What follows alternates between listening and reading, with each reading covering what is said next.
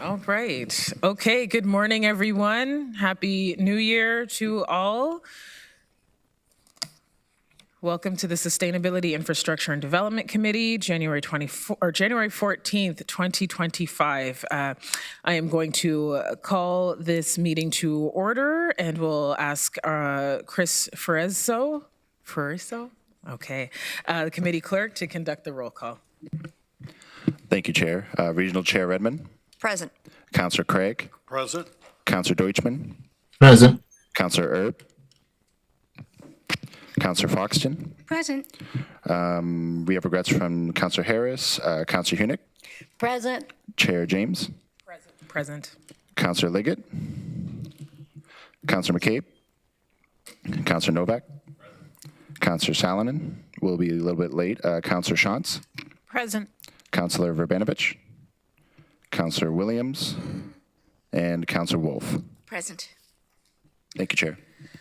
Okay, we begin by acknowledging that we are on the traditional territory of the Anishinaabe, Chinantan, and Haudenosaunee people and recognize their enduring presence on this land. We honor the land, the water that sustains us, the air we breathe, Mother Earth who provides for all living beings. As we move on these lands, may we do so with respect, recognizing the deep cultural and spiritual connections Indigenous people have to this region.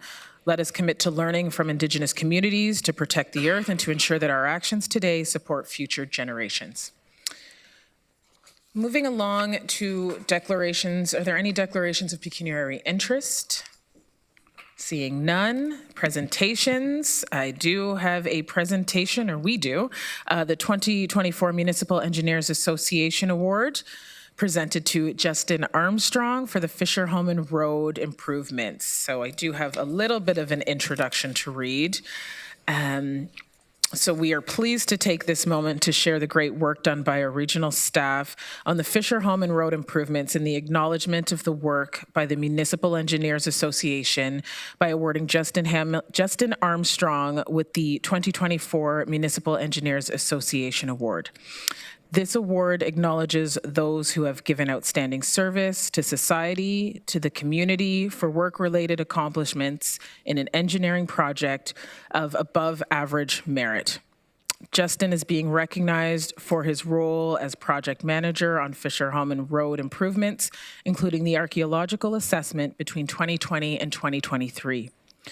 Justin managed a diverse project team, which included 4 Indigenous communities, engineering and archaeology consultants, and the general contractor. His service-centered, collaborative approach guided the team towards successful project completion while building and strengthening relationships with each of these organizations. On behalf of Regional Council, I congratulate and thank Justin for his exceptional project management and dedication to the success of this regional community building project. I would like to now invite those behind this award to come forward and be acknowledged. And Chair Redmond, there's a beautiful award here, well-deserved. We are happy to provide this to you. Well done.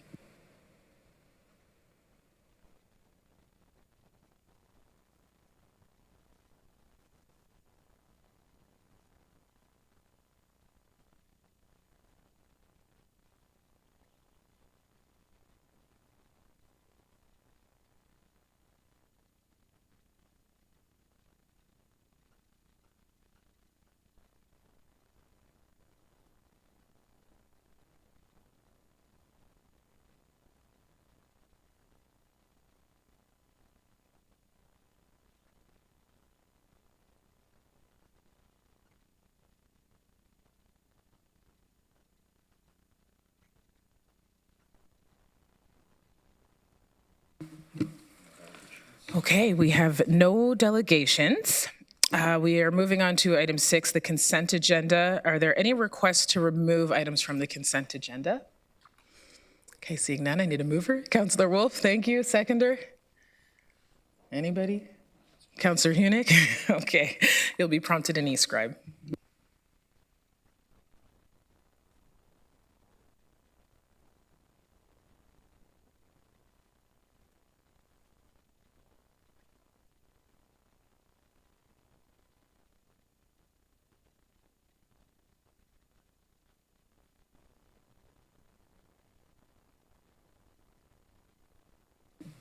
Councillor McCabe, are you online?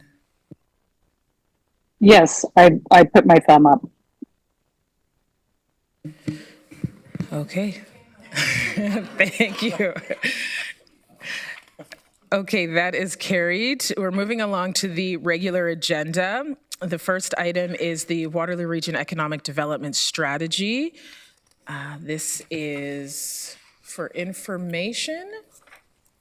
And I will have Commissioner Regier introduce this report. Thank you, Chair James. Yes, so this is for information, but we'd like to give council or committee an introduction to the strategy. Matthew Chandy and Laura Philippe are here to provide us with a little bit of background. The committee might recall that it's been over a decade since the last economic development strategy was adopted by all of the councils of the region of Waterloo, and that was an important body of work. We had numerous conversations across the region to build that strategy. It resulted in things like the establishment of the Waterloo Regional Economic Development Corporation. It created a mandate for the region of Waterloo to become involved in employment land development and many other things. So much of the success that we've experienced in the region over the last decade has been a product of the collaboration that has taken place since this strategy, this shared strategy, was put in place. So with that, I will hand it over to Matthew, and he'll walk us through the presentation. Thank you, Rod. And as Rod mentioned, we have been working on a refresh of the Waterloo Region Economic Development Strategy. This process actually started in 2022, where we were trying to determine if there was, in fact, what the need was and what the priority focus areas should be if we were to proceed with updating that strategy.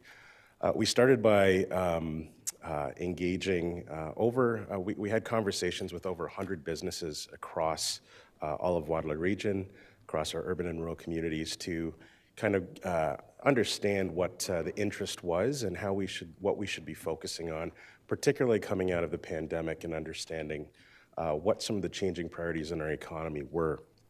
And so, given that we had 100% response in favor of moving forward with an economic development strategy, in 2023, we began the process of coming up with a framework for what that would look like. And that included looking at all of the existing plans and strategies that had an economic development lens or an economic lens in our community, also looking at the impacts of, we were coming out of the pandemic, and looking at what those impacts were, structural shifts in our local economy to our key sectors here.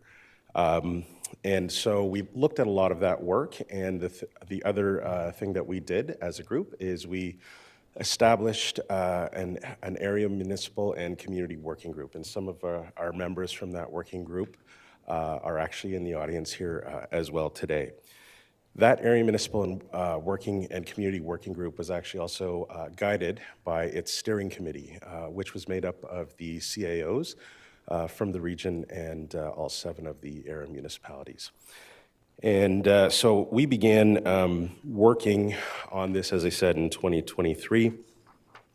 And at the time, too, Regional Council had actually asked us to also proceed with investigating a talent strategy and looking at talent, how we support the talent needs for our economy here. So putting the two together, we were able to focus on how we would look at steps to grow our economy and meet the talent need that many of our sectors have here. We were able to utilize Deloitte as one of our consultants to help with our engagement process. And we also had a real good look at the previous economic development strategy, looked at the pros, the cons, what worked, what didn't work.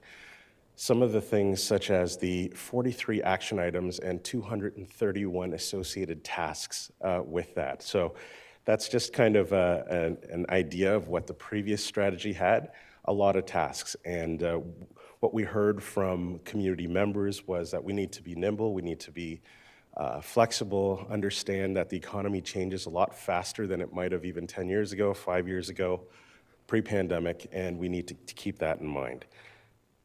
So one of the things that we did with that information is we tried to structure as a foundation the new economic development strategy based on principles, as I said, of all of the area municipal strategic plans, economic development plans if they existed, regional plans. We looked at our climate plans.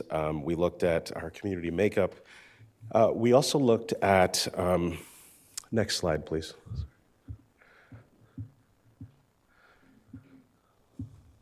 We also looked at the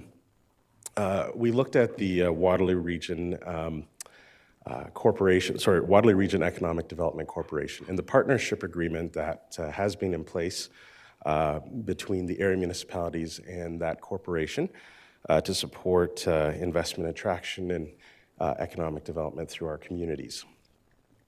And next slide, please.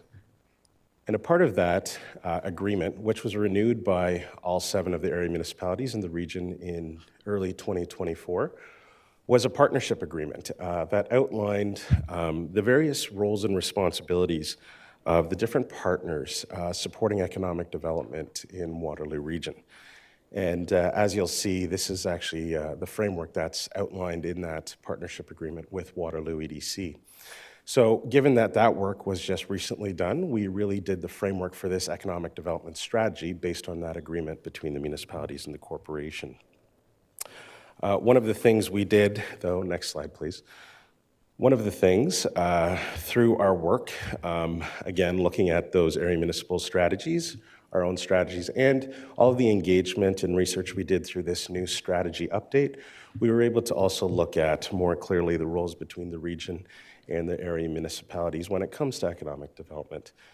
And you'll see from this slide here that there are some specific initiatives, particularly for the region, as it relates to employment readiness, employment land readiness, infrastructure servicing, aviation and aerospace as it's rooted in YKF or airport. Also some regionally significant land development projects like KCTH and Breslau Go. And we also really are focusing on regional services as a whole and how we put that business development lens on all of regional services. Next slide, please. So we did a fairly exhaustive engagement process through this strategy development. We actually were able to successfully engage more than 1,800 members of our community. And we were able to have a wide range of and diverse group of participants in our engagement sessions, our one-on-one discussions, our surveys. One of the things we were able to do was engage well over 300 businesses in discussions about where our focus should be moving forward across our urban and rural communities.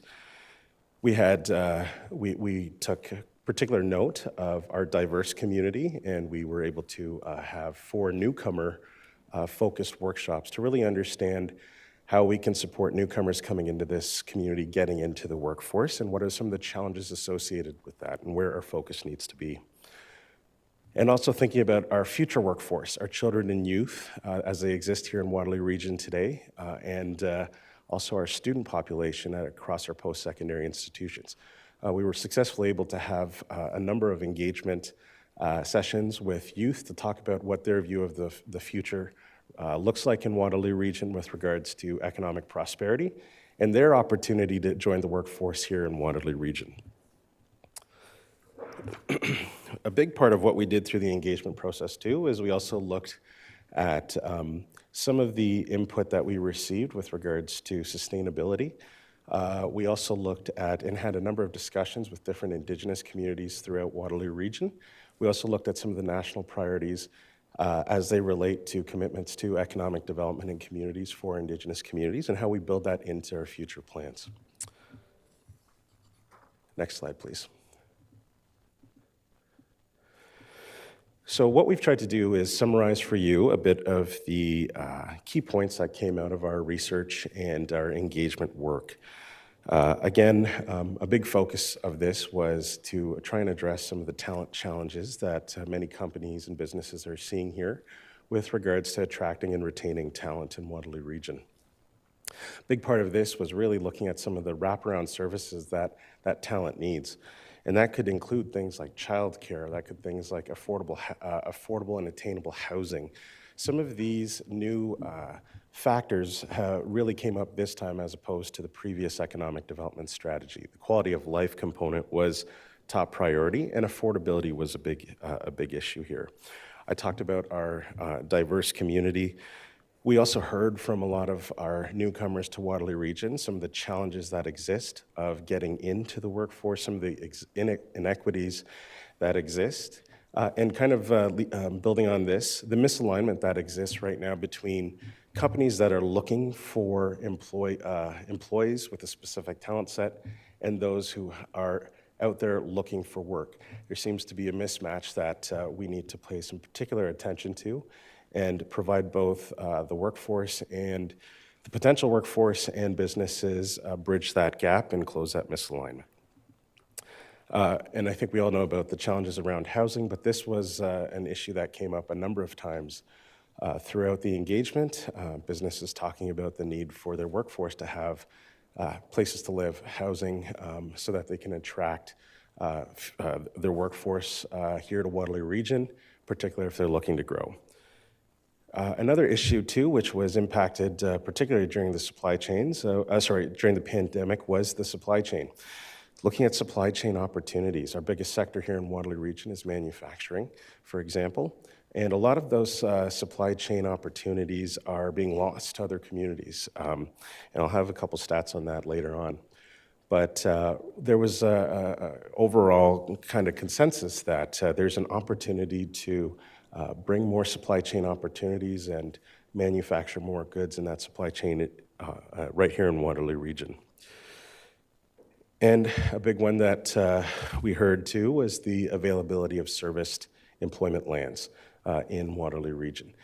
This one ranged across different sizes, but the importance of having serviced land to support companies looking to expand and also new companies looking to invest in and locate in Waterloo Region. And one thing that really stood out too was the acknowledgement of a lot of businesses throughout our community about climate change and the importance of building that into our future economic development processes, as it's a corporate priority for many businesses throughout our community. Other regional services such as public transit also continue to be top priority, particularly to places like our industrial parks and how we move our workforce around our community. Next slide, please. So just a couple data points for you that came out of some of our research as well. And I also want to point out that there is a link to the full draft strategy in the report for your reference if you'd like to go and look at that. That strategy will also is posted online for community comment as well, and will continue to remain open over the coming months. So back to the data snapshot. We are, as we all know, the fastest growing census metropolitan area in Canada, which creates a number of opportunities and challenges. But a lot of people view that as an opportunity if we can address things like the misalignment that exists, for example, between the talent and our workforce. I talked about the opportunity lost for the supply chain. Right now, through this work, we were able to identify a round figure of about $7 billion lost in spending that goes to importing, purchases, and manufacturing. So again, that comes back to the opportunity to bring more of that supply chain opportunity back to Waterloo Region. And I talked about affordability too. This was really something that stood out. 74% of, we did some surveys through this process, 74% of respondents had difficulty finding affordable and attainable housing within the first 4 years of living in Waterloo Region. So $10 billion in investment is lost, partly due to the unavailability of serviced employment land. So again, this continues to be a challenge for Waterloo Region, and companies are looking to communities throughout the country and throughout North America where those opportunities exist. I will also just say that, that we are a rapidly growing community, and that is contributing and having an effect on our unemployment rate, which sits currently at 7.7%. And there is some other information in there as well, again, relating to housing. But this is some of the information that came out through both our research and our engagement with the community. I'm going to turn it over to Laura Philippe to talk about the strategic pillars, the kind of next steps, and how we're going to shape the economic development strategy moving forward.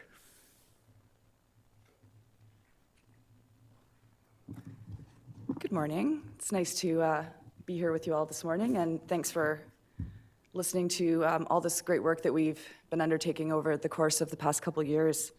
So thank you for Matthew for kind of setting up all of the engagement and research. And if we head to the next slide, I'd be happy to introduce you to the 5 strategic pillars that we were able to identify through this engagement process.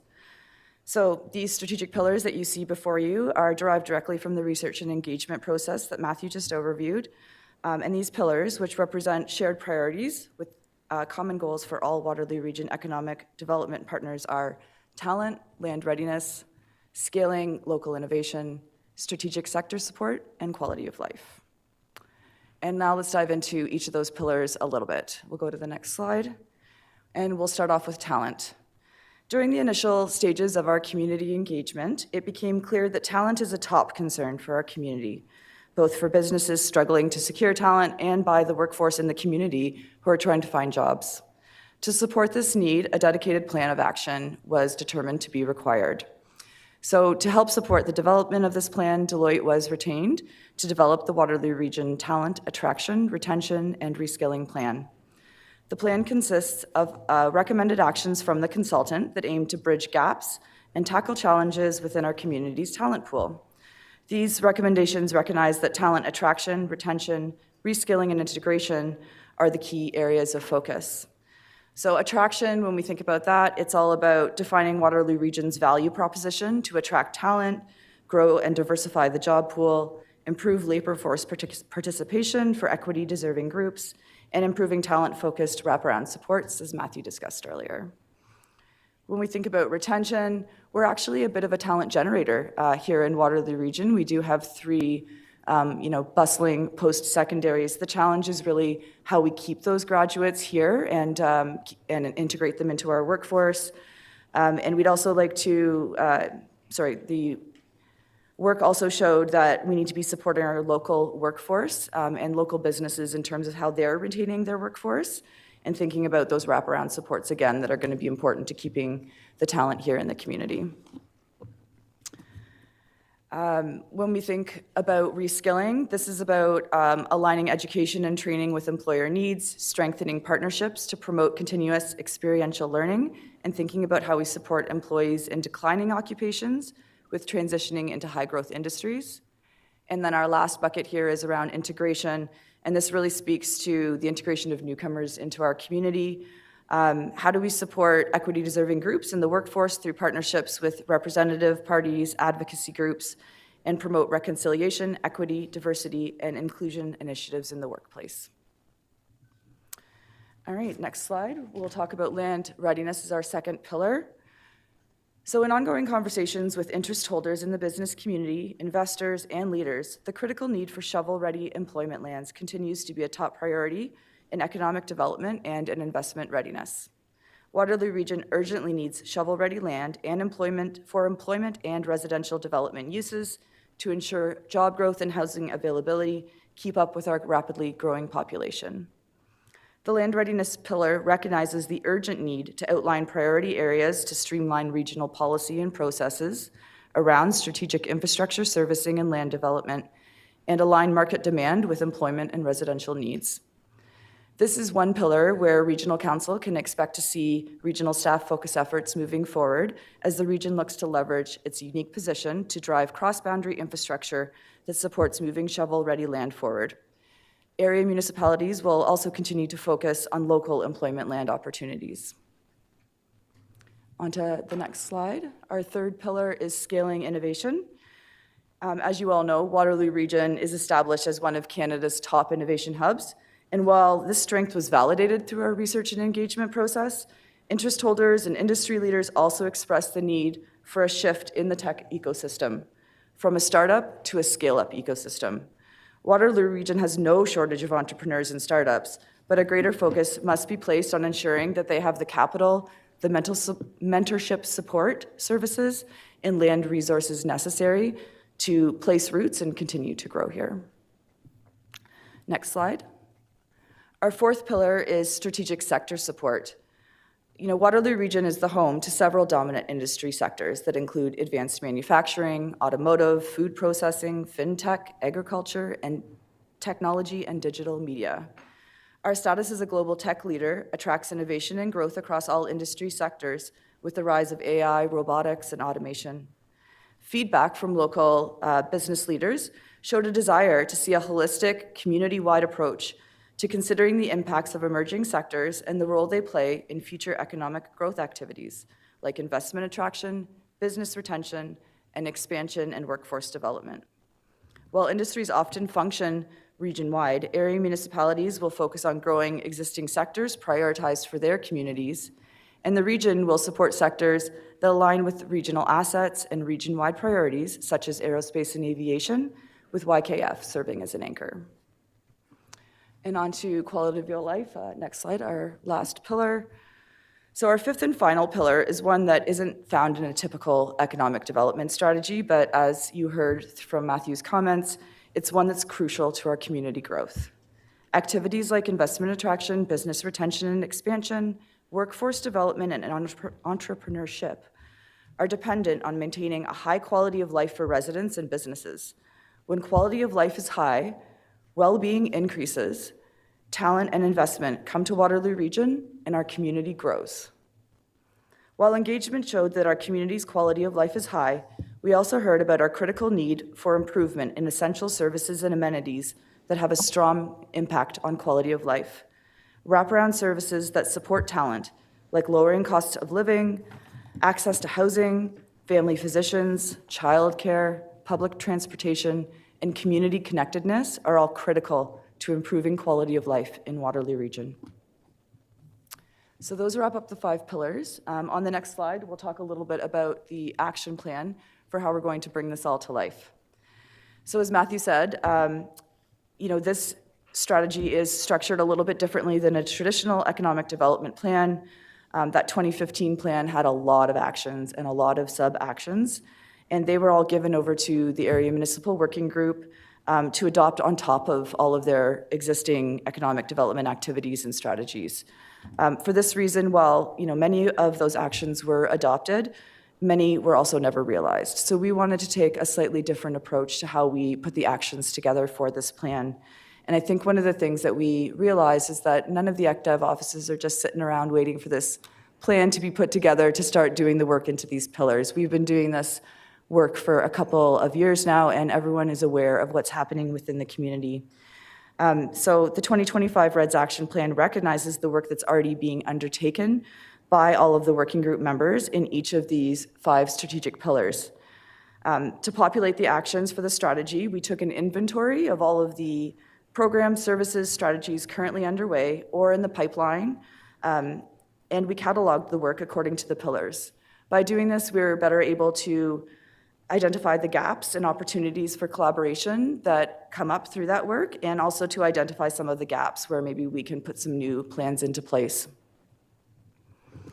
By adopting this strategy, it will allow economic development activities to be carried out in a coordinated, strategic, and transparent manner across Waterloo Region. On the next slide, you'll see a quick screenshot of the REDS action tracker that has been put together. This is to help track the work that is being completed across the working group and across all of those pillars. It has currently got more than 40 actions entered in there that is being undertaken across the region. And we will continue to capture the work through this tracker moving forward. Currently, it's available to all of the area municipal working group members, but we're planning to have a public-facing version ready for spring of 2025. Our next slide is about implementation.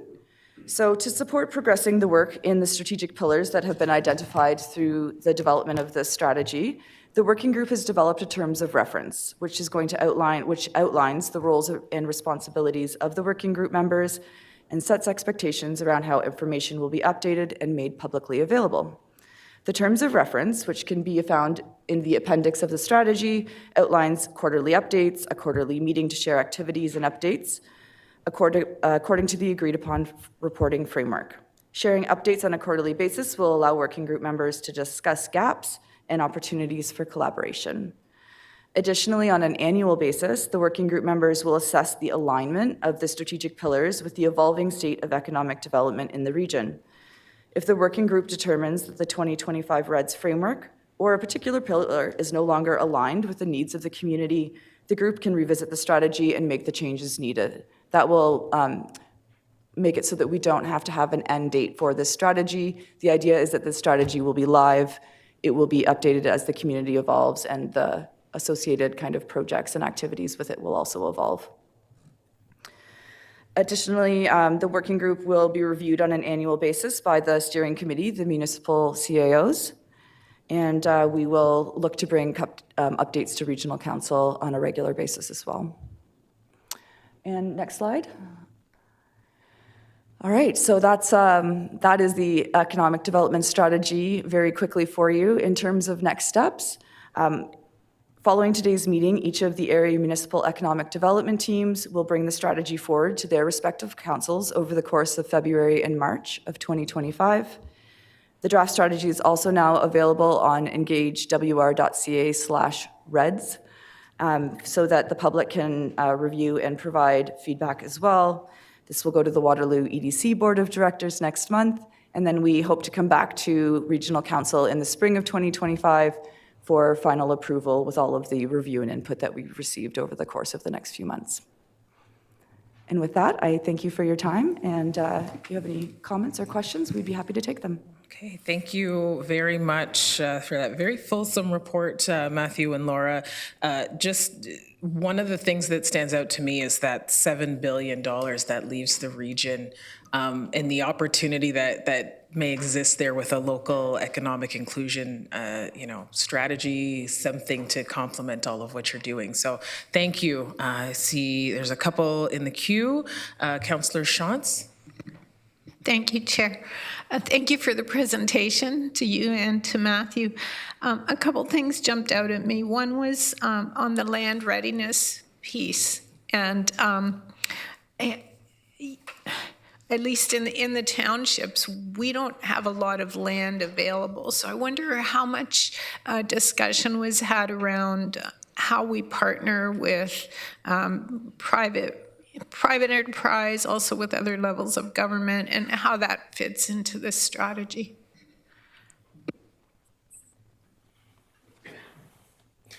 So I think that was definitely talked about, not just from available land perspective, looking at it from existing lands, that even if they're minimal in certain areas of the region. We also talked about it from an infrastructure servicing component.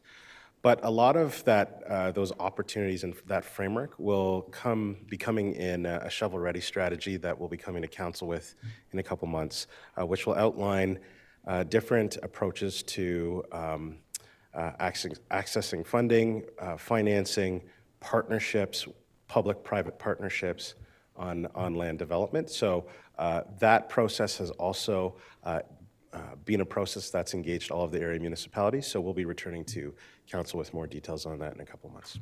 Okay, thank you. And can I have one more? Thanks. The other thing that struck me, thinking again from the township point of view, often we think of talent and the skills, and I do the same thing. We think of the universities and high tech. And is there discussion on how high tech and skills sort of come together? Conestoga College would be, a great example of where there's skills training, but skills can take a lot of different forms, including on-the-job training. So how do we ensure that there's room for everyone who needs a job? Through the chair, great question. Yes, absolutely. There's the post-secondaries, but then there's internship, apprenticeships, and other forms of skills development. Some sponsored directly through programs by companies that either exist right now or they're looking to develop because of the pressure that we're seeing. We had this very same conversation as well with the children and youth, and the students as well, but. A lot of those students were talking about the trades, for example. So a big part of this is going to be looking at what are some of those programs that we can continue to build on. A lot of them might be frankly industry-led too. So that is a part of the process. Absolutely, we've had a lot of conversations through this process, and that'll have to be in the implementation plan that we move forward with. Councillor McCabe. Thank you, Chair James, and thank you to staff for your presentation and the work on this. It's really interesting, and so I've got a few questions, but I'll limit it to two. But I was just wondering, you mentioned about the type of community that the need to retain talent or attract talent to our community, but particularly to keep the post-secondary graduates here. Can you maybe describe at a high level kind of what kind of community really is attractive to them, and maybe give us a few key points about like really what they're looking for, and what the sense is what that would keep people of that caliber coming to Waterloo Region, but keep them here once they've studied? Yeah, I'm happy to take that question. So in terms of the community they're looking for, we got an interesting realization, I would say, in terms of speaking with the post-secondaries. We did partner with each of the student associations at each of the 3 post-secondaries to run a survey with them. And a lot of them are planning to leave the region after they graduate. Part of it is that they don't know about some of the opportunities that are available. So that's one of the things that we need to do a better job of communicating to them. We had Toyota in, and they talked about how chemical engineering is a big thing that they need, and I don't think the average person would think that chemical engineering is a major need for Toyota. They don't, kind of at the top level maybe go together. And they went to UW and brought an entire busload of women in chemical engineering down to the plant and toured them around and showed them what those opportunities were. And there was a lot of people that had a really good reaction to that and saw some of the opportunity here. So one of the pieces is definitely helping them to see how what they're doing in school can apply to their community. The second thing that we learned is that I think through the pandemic and with the cost of inflation and housing, a lot of students don't picture themselves buying a house and settling down the way that future or generations before them may have.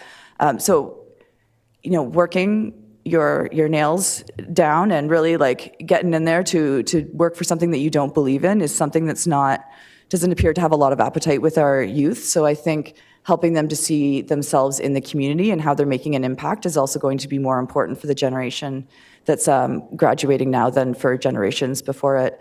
And they're more mindful too. So that access to public transit to get to employment lands, they care about their world in a way that previous generations haven't. So being able to take public transit is important. Being able to get a family doctor to do all of those items are important to them. They're envisioning a life that respects the community around it. So I think showing the youth that is our priority as well, and helping them to see themselves here will go a long way.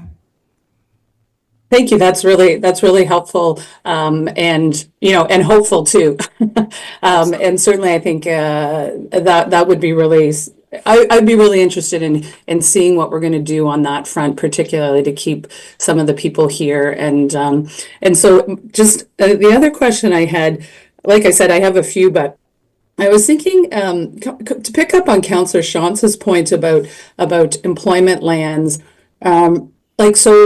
In the official plan that was amended in 2024, there was roughly about, I think, 2,700 hectares of land added to our official plan, whether we wanted it or not. And so I think most of that was for residential. But is there a sense that if some of that land was rezoned so it was industrial, that might, help us in terms of finding some more service land for employment? Through the chair. So I think we need to look at all the different strategies that might be out there with regards to current land that exists, what was in the addition that you're referring to, Councillor, and also look at what are the future demands and how we treat potential conversions. So I think these are all things we do need to look at. I will highlight that the shovel-ready strategy that I referenced before does talk about priority employment zones, existing priority employment zones across the region, and the importance of having those areas serviced in a timely fashion. But through that process, we also look at future projections, neighboring lands, and so I guess I don't have a direct answer for you except to say that we really should, I think through that process, always consider what options exist to meet those future investment and industrial needs while continuing to balance the other land use needs of the community. Okay, thank you. I do have a couple other questions. I'll just go back in the queue. Thank you. And just a reminder, this is a report for information, so if there are follow-up questions, having the conversation offline also can help as well. Chair Redmond, you're up next.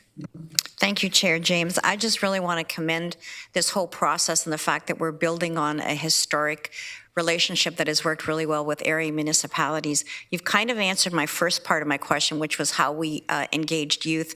And I know that having traveled with Waterloo Economic Development internationally, the aerospace industry is very keen on the kind of graduates that both the universities produce, but also Conestoga College. So it's a wonderful coming together. My question really is, it strikes me, I love that matrix that talks about the data points. Can you just talk about the data and the coordination of that as we go forward? Because to me, that makes the very compelling argument as to how we plan for the future. Yeah, so in terms of data, we have tons of data specialists online that just love spending their days combing through all of this. So we're in good capacity there. All of the data that was collected here and will be collected moving forward will be collected through that actions tracker that we showed you. And we will be monitoring kind of the progress about how we move all of these pillars forward. And then if there's specific sets of data that council would like to receive updates on, we could certainly look at bringing those forward at a more regimented schedule if that would be of interest. And this is probably an observation and not a question, but I had the opportunity to go to a job fair, which was at Rim Park, and it had the universities, Conestoga College, area municipalities, WRPS, a lot of local employers as well as some outside of the region. And to me, it was really putting action to attraction and retention of the bright young minds that come here to go to the university. So we are doing things that I think will produce a lot of results. Yeah, absolutely. And we're definitely, and you mentioned Conestoga College. They actually have a program advisory board made up of local industry representatives, and that is what helps to drive a lot of the programs that we see come out of there. They also do great partnerships with a lot of our manufacturing companies locally, like Toyota. When they're looking to bring in new employees, they do a lot of that customized training. So there is definitely some good inputs as well from the industry leadership within the region and how we're getting some of those skills into programs within our local post-secondaries. Thank you. Councillor Foxton. Thank you, and through the chair, several times people have talked about ROPA 6 and how we've put more land into residential. In North Dumfries, we put a large amount of land into industrial and business. The 401 corridor we're working on, it's 1,100 acres that we have. So, and that's only one section. So when we talk about the changes in ROPA 6, let's remember that we also built a business plan. Thank you. Thank you. Councillor McCabe. Thank you again. Chair James. Just wondered also, one of my other questions was about some of the future focus with this. And it didn't pop out to me that, and I realize this is a high level document, but like the AI ecosystem that exists, particularly, through Perimeter Institute and quantum computing and the University of Waterloo. I'm wondering, like where you see that. I didn't see things like that referenced in this, and so I'm wondering where you see that in terms of the economic development strategy, either as an opportunity or as a challenge for our region. I'm also wondering if anyone cares to comment on what's happening in the U.S. with what we may need to be thinking about with what's coming down the pipe, with the new president about to be sworn in. And then just also wondering if our region is really strong with food and agribusinesses. So just wondering if through this process, a food strategy is something that you think we need to consider. Through the chair, thank you. Okay, so the first question with regards to AI. So we did, obviously through this process, looking at our different sectors, talking to our tech sector here, AI was a part of that conversation, but I think through this strategy, we've really focused on, as we referred to it, as scale-ups. That applies to, in fact, the AI sector of the tech sector. And when we think about AI, there are a lot of AI startups happening here. So it's about helping those AI startups continue to scale up. Obviously, there's investments and there's support from, you referenced the different institutes that are here already. So there's a lot of collaboration happening there. It's how we work with them to help that scale up. So I think we've addressed it through this document, through that kind of lens. The second point with regards to what's happening in the US, I'm not going to comment on that, except to say that it's very important that we monitor what our local companies are experiencing right now, what they might be projecting. We need to be able, this is where it comes back to being able to allow us as a community to be nimble and support and respond to rapidly changing economic circumstances that can affect our local Waterloo region economy. So this is a key action item, is going to be that very regular dialogue, that very regular monitoring of the potential impacts on our local industry here, and be able to look at that, analyze it, and work alongside and work with our industries here to respond to anything that should come in the future. So I think that is where I see how this strategy and this Waterloo Region team works together to respond to that. And then with regards to the food strategy, absolutely, I think this was something, again, that we heard through the engagement process coming out of the pandemic, thinking about securing supply chains, the importance of agri-food tech. There's a lot of different components of this, but specific to food strategy, I do believe it was definitely referenced through this, and I think we'll have to take that back and probably look at opportunities to build that in more detail here and what that true opportunity is. I think we can, when we come back to council, we'll look into that in more depth and have some further conversations on that with partners and see how that can be built in if appropriate for the strategy. Thank you very much. Thank you. So just a couple of things. I'm going to stress again that local economic inclusion strategy, this impending, what's coming from the States, just throw that out there. So just in terms of the unemployment rate, I think you said it was around 7.7%. So, as like I have a small business, I'm asked every single month by the government if I'm hiring and all of that. I don't necessarily know where that data goes. Do you know if there is any, if any of that data from companies who have to, were mandated to report vacancies, job vacancies, if that comes into, you know, if from an economic strategy, you get any of that information that disaggregated or be location based? I'd say, again, this is where our ongoing, again, Waterloo Region as a team, having these regular conversations and knowing what the shifts that companies are going through. Yes, what we can show you the StatsCan data that's coming out, but it's very important for us at the local level to have a good hand on what local companies are doing by sector here. So I think that's something that we've always done. Again, I think all the area municipalities, the region, community partners, we have those ongoing regular conversations, and we will continue, but that is very important for us to understand, particularly when you break it down. That unemployment number is across the census metropolitan area. But for us, it's very important. We also break that down by sector, right? So what's happening in our tech sector, our manufacturing sector, our agriculture sector, our government sector, what is happening? So we monitor that as well on a regular basis.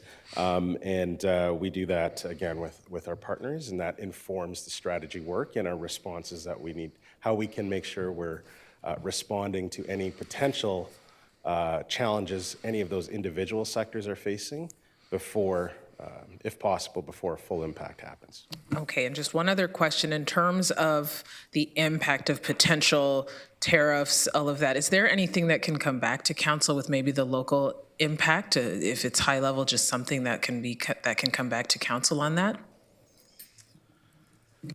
Yes, I'd say what we can do is we can, again, a big part of what we're doing is monitoring, and I think we can continue to have those conversations through our chambers, through Waterloo EDC and all of our partners. We can definitely keep council appraised of what the local climate is and how our business community is responding to those tariffs. Perfect. Thank you very much. One other question, Councillor McCabe, then we'll move on to the next agenda item. No, sorry about that. That's fine. I didn't mean to do that. Okay, thank you, Matthew and Laura, and for all of the work. Great report. Moving on to 7.1.2, the monitoring change in the Central Transit Corridor, the 2023 report. I'll call on Commissioner Regier to provide an introduction. Thank you very much, Chair James. So the monitoring change in the Central Transit Corridor has been an analytical project for about 12 years now. This was set up in order to make sure we really understood the impact of the investment that the region and the province and the federal government have made in ION LRT. In the city building efforts that we set out to accomplish at the outset of this project.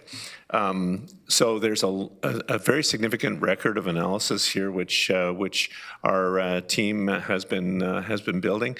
Ryan and his colleagues have been the folks that have been building this analytical record over the last decade or so, and Ryan's here to present the most recent report for committee.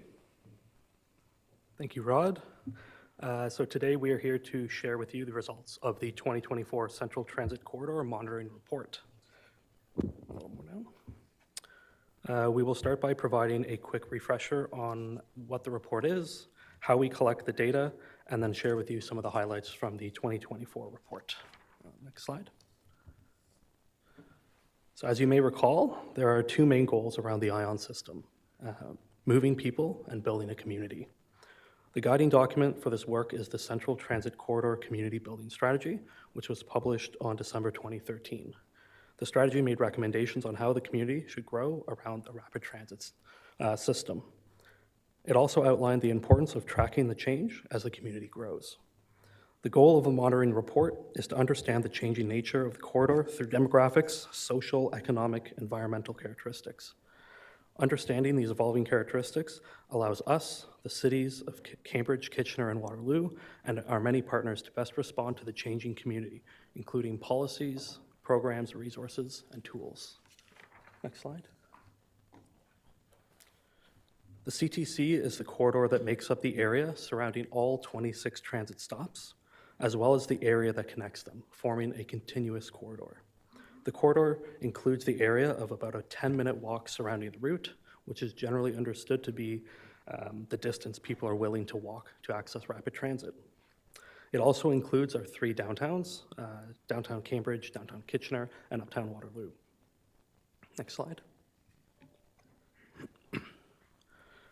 8 dimensions are explored within the monitoring report, and within these 8 dimensions, there are many indicators that we look at to see how the corridor is changing.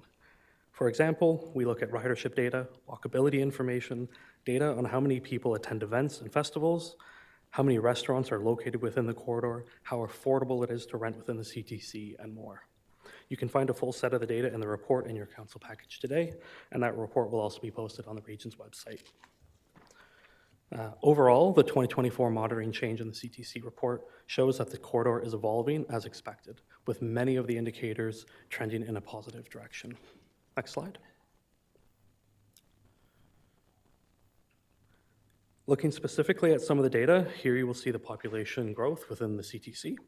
As you know, Waterloo Region's population continues to grow.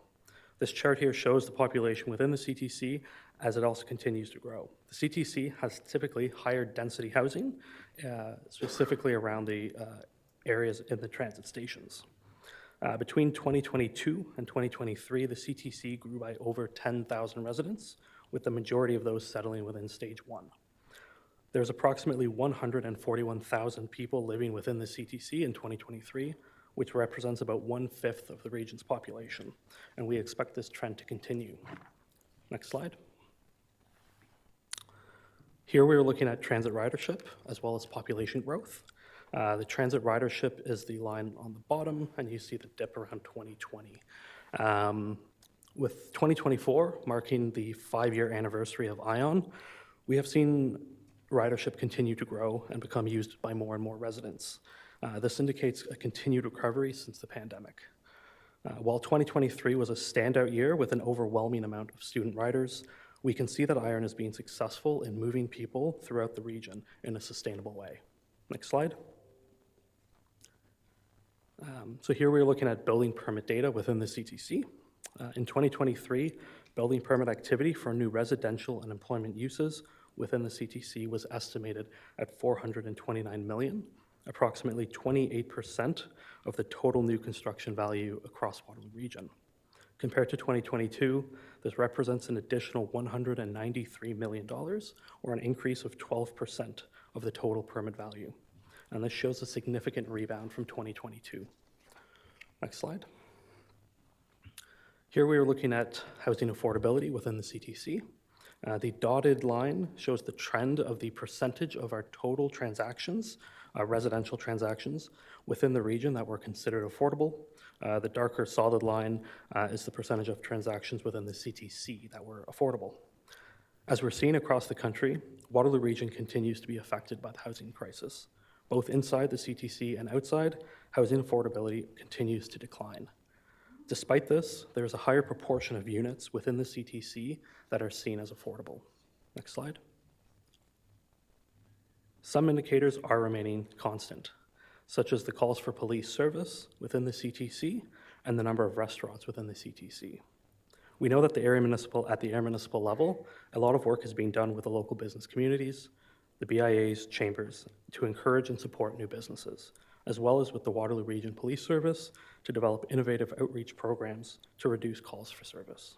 We will continue to monitor these indicators and watch for change. Next slide.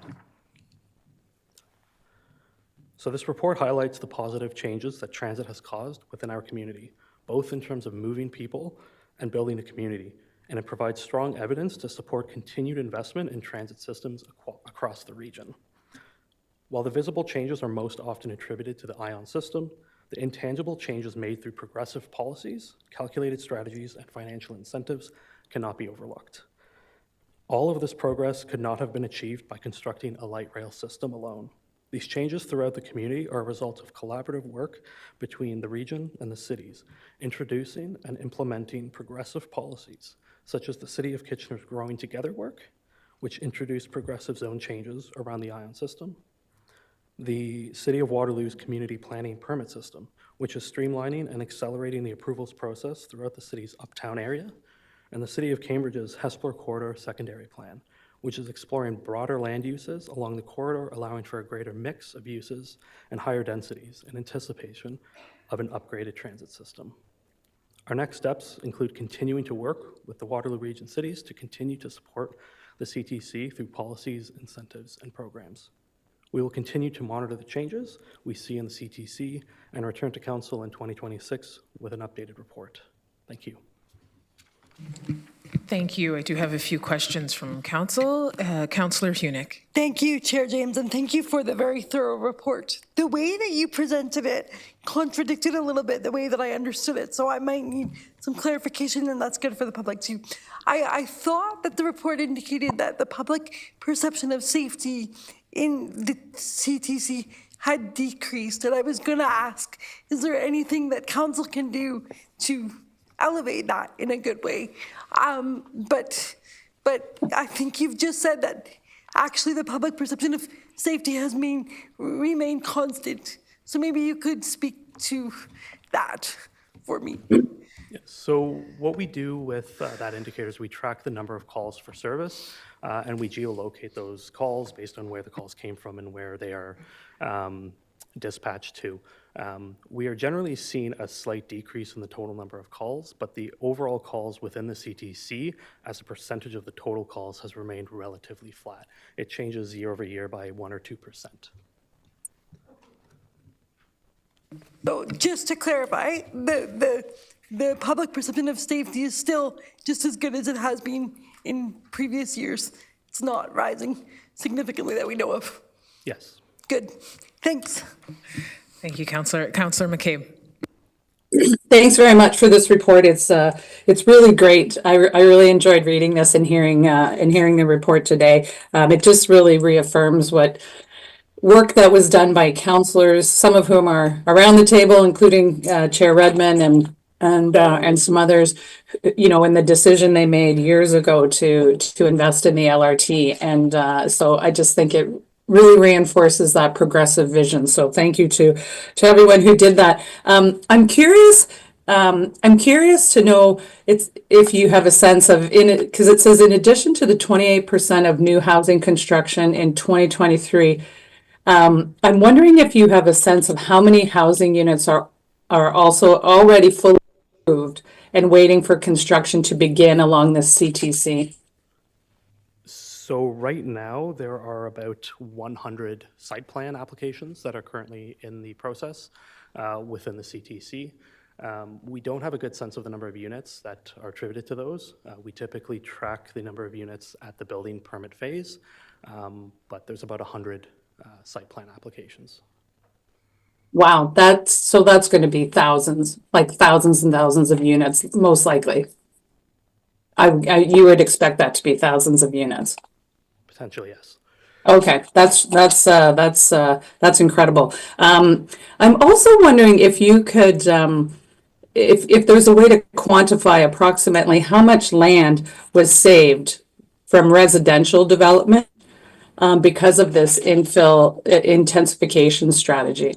Do you have a sense of that? And partly what I'm thinking of, like I know, you know, I'm in Waterloo, and in uptown Waterloo, the barrel yards were built, over 15 years. Some of them are still going up, and it takes up about 5 acres of land. But there's this. I find it fascinating that the same amount of people are living on 5 acres of land in uptown that are living in Vista Hills, which is 137 acres. So I'm just curious if you can quantify how much land do you think was saved? And then my follow-up question, I guess, for Commissioner Rose is can you quantify approximately how much capital and operating funding is being saved because of this type of intensification with our wastewater infrastructure? So I will take the first question there. It's a challenging question to answer precisely because we don't know, if we didn't build an ion system, would we still have seen redevelopment within the CTC area? We probably would have. It just wouldn't have been at the same pace of development. The other aspect is, would we have seen the same rate of growth within the region?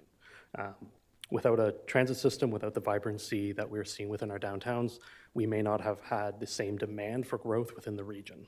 What I can say is that since 2011, since we started tracking, the CTC area has grown by about 40,000 people.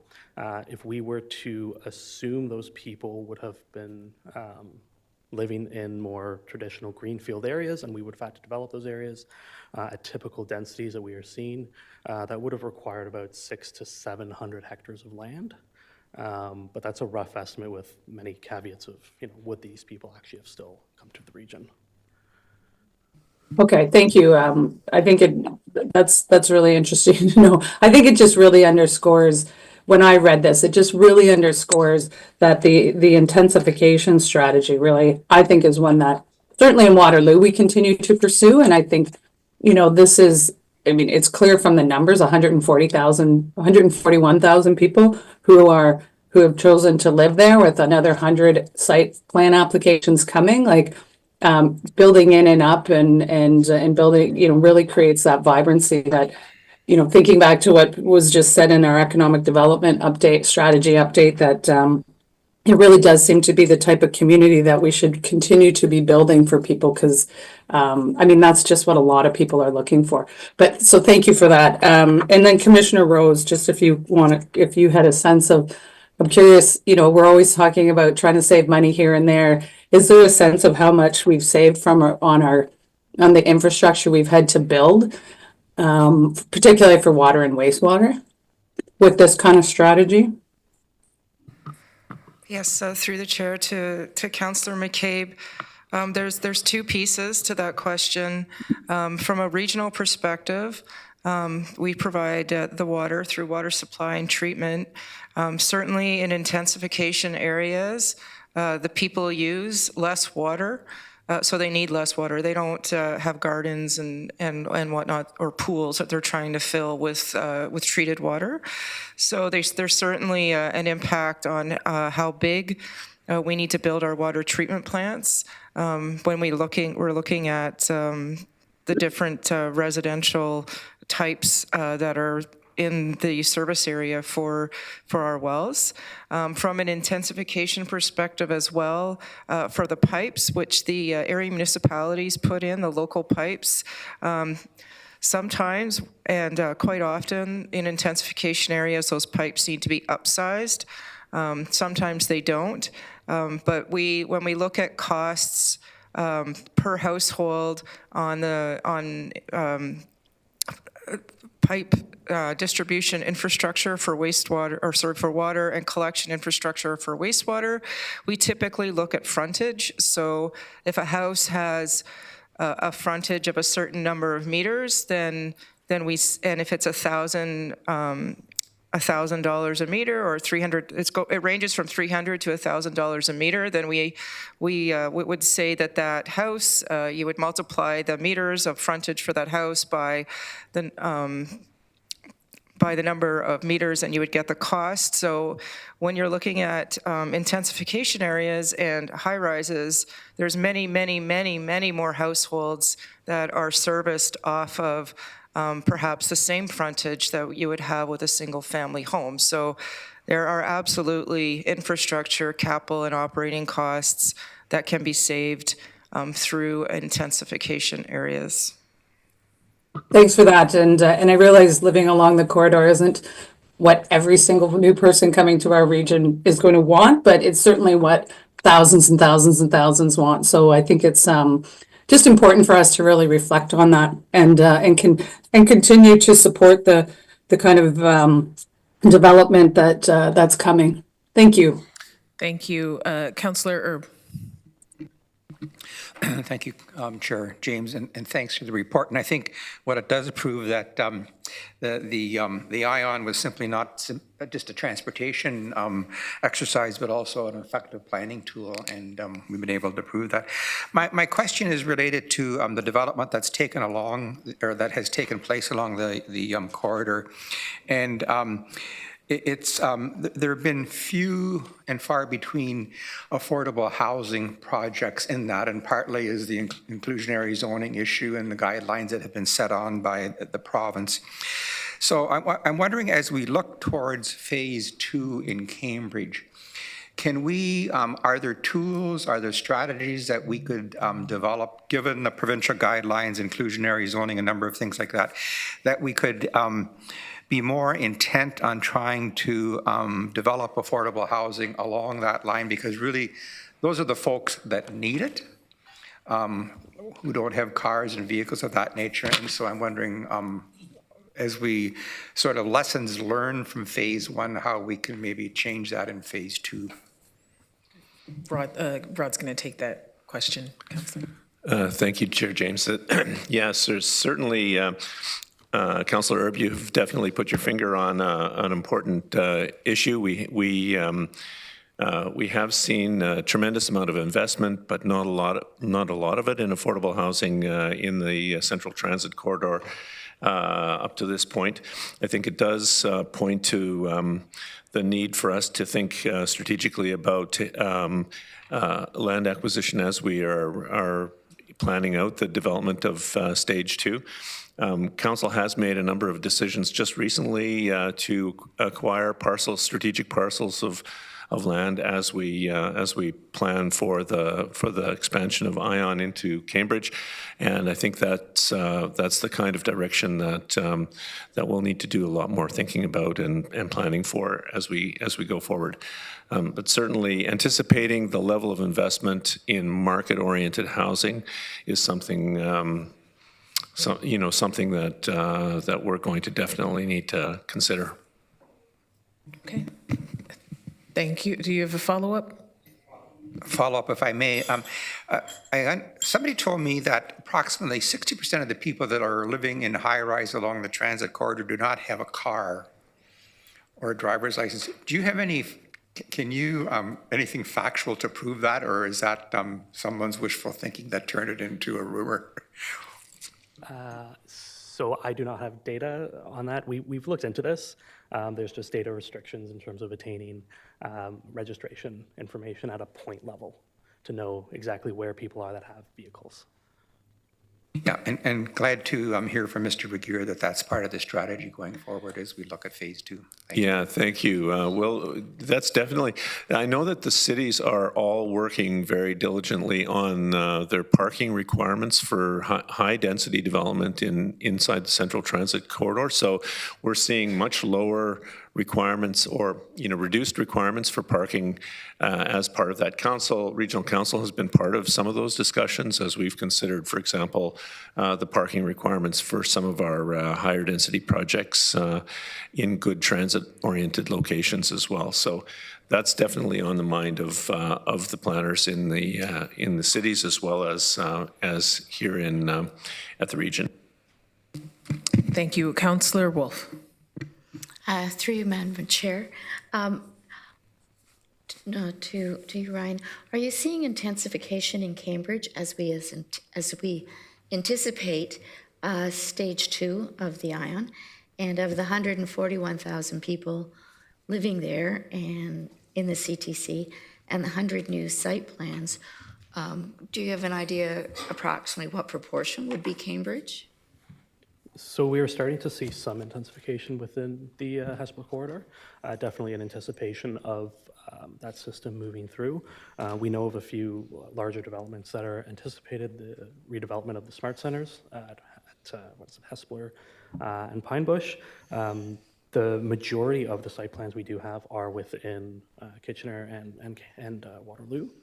Just because they do have the existing infrastructure in place, and we're seeing that continue. But we know of some developments that are anticipated, and we are predicting that we will see a similar trend as we move this through Cambridge. Okay, and one follow-up question. This maybe goes to Rod or maybe even Peter. It's my understanding that Cambridge at the moment would not qualify for inclusionary zoning. Is that true? Through you, Chair James, I don't think so. I think Cambridge definitely has major transit stationary areas, which is the requirement for inclusionary zoning. So it's certainly within the realm of Cambridge to plan for inclusionary zoning. I'm going to look at Danielle just to get a nod. I think I'm not misspeaking there.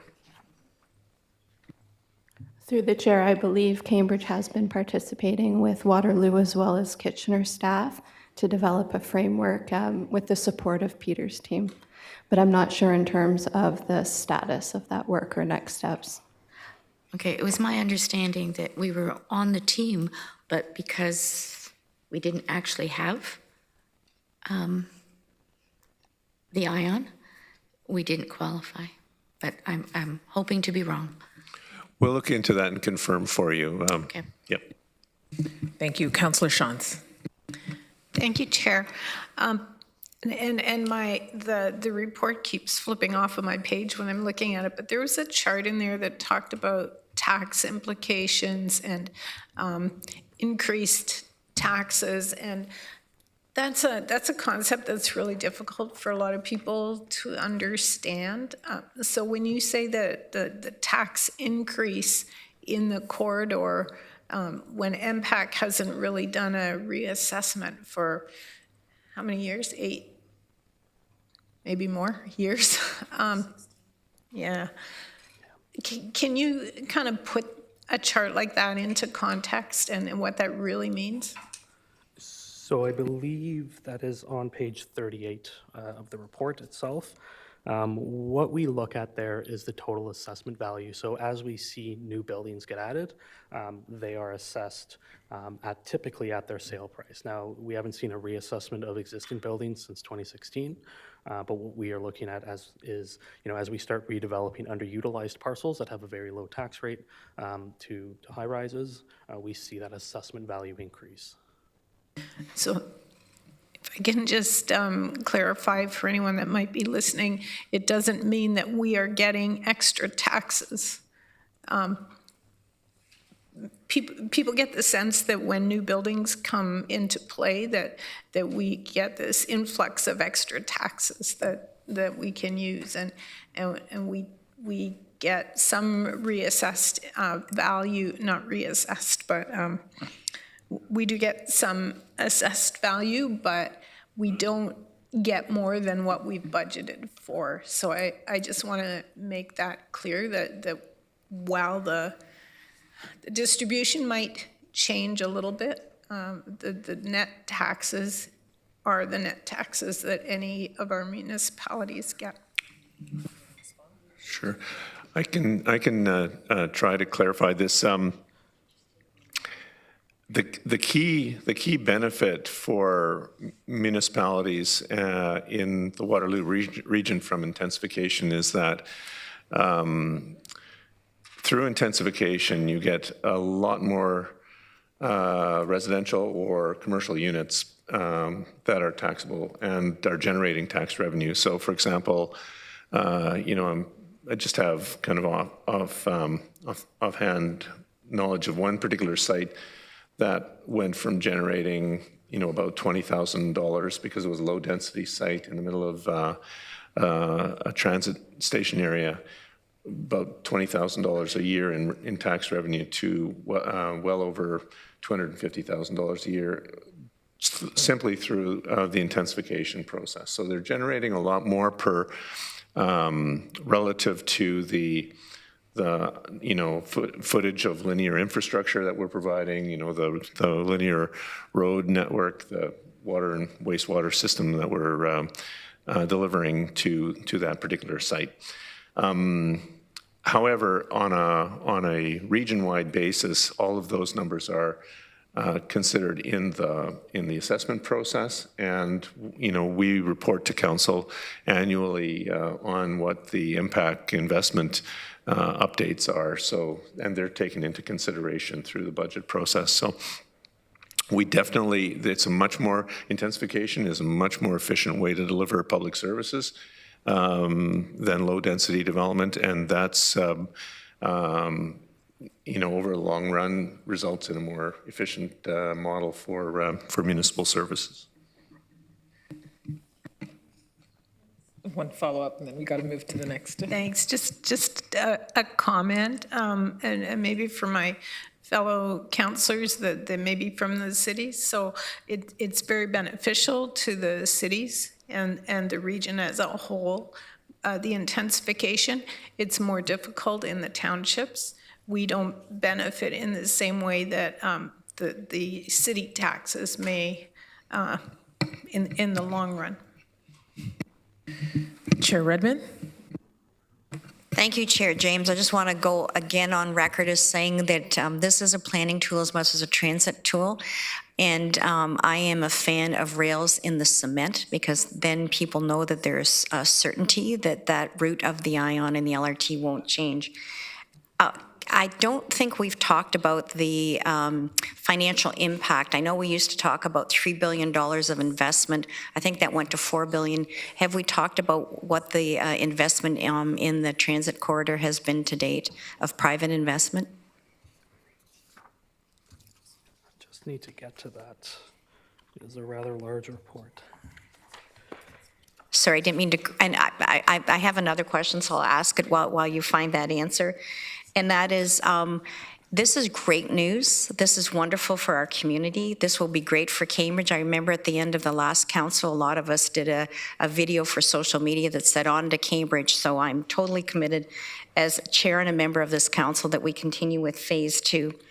One of the insidious things that we hear through rent eviction and sometimes when rental goes to condo or condos have become a commodity and we don't have owner inhabited condos, to me really empties out the sense of community that can happen in high rises. So I'm also wondering, do we have any window on when rental goes to condo or when condos aren't necessarily owner occupied? And I don't know if we get that information, but to my way of thinking, I think those are one of the things that we need to continue to monitor because I think it does make a difference whether they're short-term rentals or rented to people that don't own the condo and aren't necessarily the best residents all the time.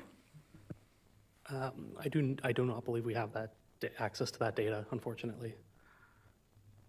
I don't know, Rod, do you have any sense?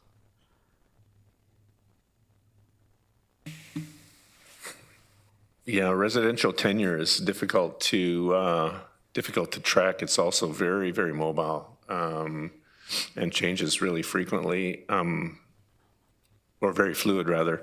So, but it's something that's worth considering, and maybe we can take that away as something to look up and come back to council with. To the first question, for 2023, what we've seen since 2011 is about $4.9 billion in investment within the CTC. Thank you for all your good work on making sure that we have this data. Thank you. Councillor Hunick. I was just wondering if you could repeat the answer to Councillor Earp's question around 60% of people have cars. I just didn't hear the answer very well. We don't have information on the number of vehicles in the CTC. We've looked at attaining some data related to that, looking at vehicle registration data. The issue we have is that we cannot attain that at a more point level or a smaller geographic level due to security concerns with okay, I think I caught that, but I am having trouble hearing because the mic seems really quiet, so I don't know if that's possible to fix, but thank you.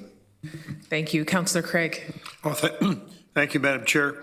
Just a quick update. Can you give us an update about the ION scheduling for Cambridge in terms of when you see a date and a cost coming forth to Regional Council that we can reflect on and celebrate? Through you, Chair, and thank you for the question. Always excited to talk new transit projects. So the schedule for the year, Council, I will remind you we are in initial business case mode. So what we are looking at right now is the selection of options. Those options always start with a do-nothing scenario. And then with Council's guidance, we are looking at a light rail transit and also a bus rapid transit option. The plan for this year is to begin our public conversation in May, get some initial public feedback, and then to be here in Q4 with the costed initial business case, looking for your support and endorsement on an option to move to next steps. Thank you. So if I may, Madam Chair, you're looking at a bus rapid also? Through you, Chair, yeah. So the options are both rapid transit options, one using light rail and the other using bus rapid transit, so a BRT. But that, in fact, would not be optimum in terms of connections to the ION in Kitchener with regards to people having to transfer. Through you, Chair, yeah. So we, as part of the economic analysis, that's absolutely something we look at. We know that customers in general calculate time in wait or time in transfer at 3 times that of time in travel. So we can account for that. Obviously, moving to a bus rapid transit option would introduce a transfer at Fairway. So that will be included in that analysis of the service. If I may, Madam Chair, just to point out that... Just, Councillor Craig, just remember, this is not part of the report we're talking about. Allow you to finish, but just be mindful of that. Thank you. I am being mindful of that. With regards to the GO transit to Guelph, again, you're suggesting transfers there too for Cambridge residents. Am I correct? Through you, Chair, yes. So that initial business case is complete. It should be endorsed by all of our area municipal partners in early February, at which point we look to the province and Metrolinx to complete the next business case on the option. It does include, at this point, a transfer at Guelph to get onto the main Kitchener line for GO. You're correct. Is that an option, or is that part of the case you're putting forward? Yeah, through you, Chair. I think on that one, a little bit less regional control. We'll look to GO Transit to figure out how to make that connection. I would advocate, as I would in the question you just asked, for a no transfer single seat ride, but that will be a consideration in that GO business case as well. All right, thank you, Madam Chair. Thank you, Councillor Deutschman. Thank you. Is Councillor Craig finished? I don't want to interrupt. Yes, go ahead, Councillor Deutschman. Thank you. Just quickly, since Cambridge was brought up, I just want to mention that in discussions with the Chamber and members of the business community, they're throwing out numbers like $5 to $10 billion in potential development along the Hespeler corridor. So I'm excited for this thing to move forward. I think it's right to be looking at all the options as part of the business case, but I think at the end of the day, as Chair Redmond has said, iron in the ground, permanent stations are what attracts the investment. So looking forward to this moving ahead, and just wanted to point that out. Thanks. Thank you. Councillor Foxton. Thank you. And through you, Chair. And Chair Redmond said something about rental and condos. And sometimes rentals work very well, especially for seniors that have downsized and moved into a rental rather than keeping their home. So I'm sure she didn't mean that rentals were not wanted. They are actually a necessity, especially in the townships, when people downsize and they don't have an option to downsize to a smaller type home, and they are going to rentals. So I just want to make sure that we are aware that rentals are good things too, as long as we get rent control taken care of. Thank you. Thank you. Councillor Wolf. I guess my question is for Commissioner Spooner. I'm surprised that we're back to, it seems to me, square one. Like, we've been going through this for years, so I don't know why I thought we, in last term, I'm just going, sorry, Councillor Wolf, just because this conversation is digressing into another direction and point of ordering that we are focused on Kitchener Transit Corridor in this report and not necessarily the progress of the ION or where they're at with that. So I just keep the question pointed to this report as opposed to now we're going into a conversation about ION in the business case, because I think that's a report that will come back to council for further discussion. Okay. I guess because we are in Cambridge part of the CTC, and as part of the CTC, it was, we're talking about ION Phase 2. I'm, I guess, very disappointed to say that I'm hearing that the report is going to be status quo, which is nothing, ION or rapid bus, when I thought the report for the business case would be, we were making the business case for ION to present to the province, et cetera. So I don't like us having to go back to square one. Thank you. I don't believe we're at ground zero, but Commissioner Spooner, can you just respond to this and then we'll move on to Councillor Craig and then we'll move on the agenda. Just a quick question again. Hold on, Councillor Craig. Commissioner Spooner is going to respond to Councillor Wolf and then you. Right. Through you, Chair. Yeah, so as Councillor Wolf rightly pointed out, the 302 bus is currently part of the CTC. As an overall percentage, it's carrying about 4%, that 302 bus, and the CTC is seeing about 25% of our total transit ridership. Councillor Wolf, we haven't taken a step back. You'll recall that last year we did a little bit of work on the alignment and the terminus. We've landed back at Ainslie Terminal as the terminus. This is a step in the province's business case process to do the options analysis. It's the job of myself and my team to present you with all options to advance or not. That has to be a consideration in the business case for comparison. So we will present you later this year 2 rapid transit options, as I stated, the bus rapid transit or the light rail rapid transit. And at that point, we'll look for your support on which option to pursue through a preliminary design business case and then also through discussions on provincial and federal funding. Thank you. Thank you. Councillor Craig. Well, following up on some of those comments, and just a quick question, Mr. Spooner, with regards to the assessment that a bus rapid transit system in comparison to a light rail, would there be a difference or would they be the same in terms of generating the same kinds of development and assessment? Through you, Chair. Great question. This is one of the key questions for the business case. And so as Councillor Deutschmann pointed out, the rail means something. It's permanence in the ground. We have seen examples in Durham and in other local jurisdictions, York Region, where bus rapid transit has driven development. We obviously don't have a local example of that, so that is one of the questions that we are looking at and we'll have to have an opinion on pretty quickly as we move through this year. Thank you. Thank you. Okay, seeing no further questions, and we do have a delegate that is waiting. We are going to move along on the agenda. Okay, so we are going to item 8, and that report was for information. Council Committee and Tracking List that is received for information. Moving on to item 9, is there any other business for this committee? Okay, seeing none. Oh, Councillor Foxton, sorry, go ahead. That's quite all right. Thank you. There's a couple of things of which I forgot one of them.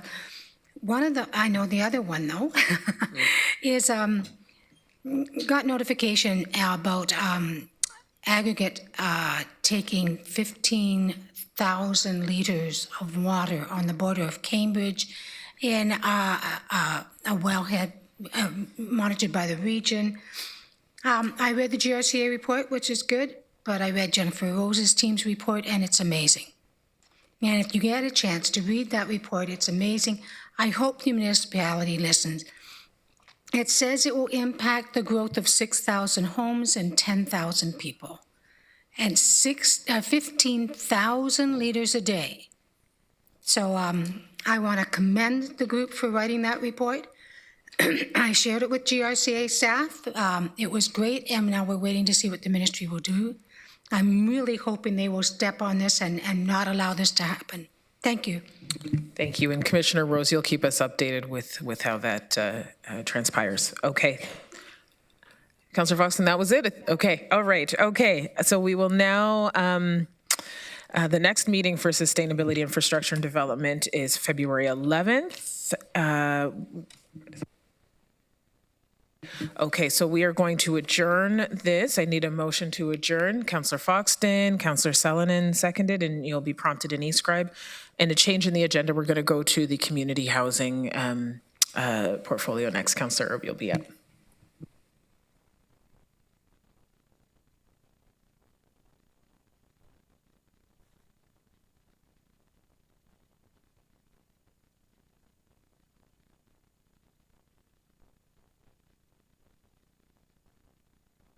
Councillor Williams.